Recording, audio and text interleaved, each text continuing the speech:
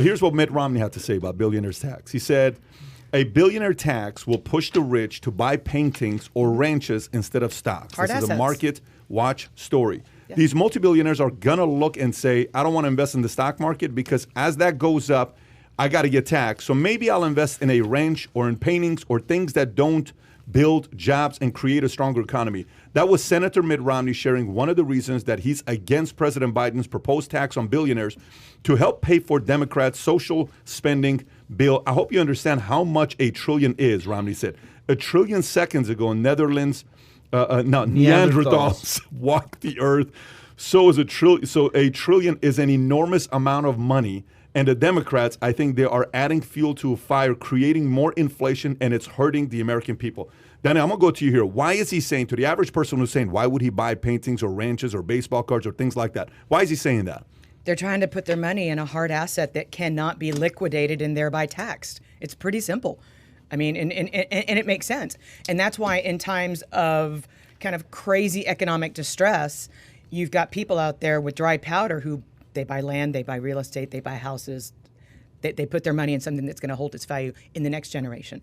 And that's what they do. But if you're going to tax stock, by the way, take a guess at how closely, take a guess at the co-movement, we call it correlation, at the co-movement of the S&P 500, the biggest stock market in the world, and CEO confidence. So how happy a CEO is compared to the S&P 500. How close of a relationship do you think that is? CEO confidence versus S&P 500. How close of a correlation it is? I wouldn't be able to answer that question. 70%. 70%. So if a stock price is going down, yeah, that means that people are getting fired. Okay. And that's what people don't understand. People always push back and say, Danielle, the stock market's not the economy. I'm like, I get it. But based on the CEO and his stock price, and if the stock price can't do mergers and acquisitions and buy out other companies and try and grow, if the stock price falls, they're like, we got to cut costs here. So heads are going to roll. And I don't think that the Democrats are thinking all the way through this process because it's going to trickle down and hurt the ones who are the most vulnerable. As usual. As usual. As usual, that's what ends up happening. Now, look, I'm going to push back for just a second and say that when you read about companies like Amazon not paying taxes for years and years and years, you're like, Every company should have to pay its own. You shouldn't have a tax code that's so full of loopholes that you don't have to pay a minimum level of tax. Well, you know how you would fix that? Yeah, rip up the tax code and say pay 15%, call it a day. Not even rip up the tax code. Get rid of lobbyists.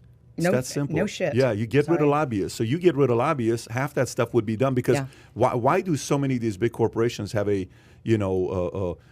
executive office in D.C.? Because they're writing. The lobbyists are writing the tax code. That is a byproduct. This is when people ask why are such billionaires on the left, or why are such billionaires on the right, or why are because when you get to that level. It's not about taxes anymore. It's about laws. Right. It's about, and the way you get that is by hiring the best lobbyists who go lobby for you to pass a certain law or they're something. Writing the laws. Exactly. Let's get real. That's the point. So if we got rid of lobbyists and that model was gone, this game of politics would be very different. We would be more American? We would be more American. Yeah.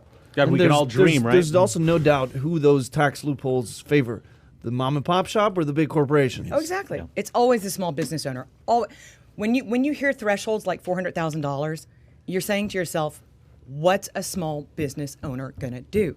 Because you're taxing an employee out of work. That's what you're doing with a small business owner. It shouldn't be a sin to make $400,000 and employ people. It just shouldn't. And if it comes down to the taxes or the people, you're going to lose an employee. Again, these policies are not properly thought through. Yeah. And by the way, they're not even read. We talk every day that the new bill is going to be $1.7 trillion, and Biden's going to pass the law so we can read what's in it. They probably just make that thing so long that no one will put the time in to actually read everything that's at the bottom of it. Pelosi famously said, "Let's pass it first and then read it." God, that's unbelievable. Do you think some of the uber wealthy are going, "Damn it, Mitt Romney, why are you giving these guys more ideas? Now they're going to try to tax that somehow." I wonder if it's going to be very hard for them. Yeah. Somebody tweeted out something brilliant. They were like, so if you're taxing untaxed gains, right, unrealized gains, what's going to happen if the stock price falls? Is Uncle Sam going to write this person a check back and give him a refund for what they taxed? Because unrealized is unrealized. But what if the value is lost? What if the CEO gets run over by a train? Tough luck. And he's worth, he is the company, and all of a sudden the stock price goes from 400 to 200. Is the government going to write the check back for having taxed unrealized gains? I don't think it works that way. They're not thinking this stuff through. Yeah. You know what the first thing I thought of on this story from Mitt Romney was, is that why Bill Gates has bought all this ranch land and all this farmland? He is the largest landowner in the country. Yeah, it used to be Ted Turner, he owns now it's Bill more Gates. farmland than anyone in the entire country. I mean, hundreds or maybe millions of acres. Like it's No, it's not hundreds of it. Well, thousands of acres. Yeah, but it's millions look of at, acres. but millions look, of acres, but yeah. but that gets you to a much bigger discussion about corn and soybeans and pork and China buying one of the biggest pork producers in the United States. I mean, food is national security. So if you enjoyed this little short segment from the podcast that we did, here's another short segment to watch. Or if you want to see the entire podcast, click over here. Take care, everybody. Bye-bye.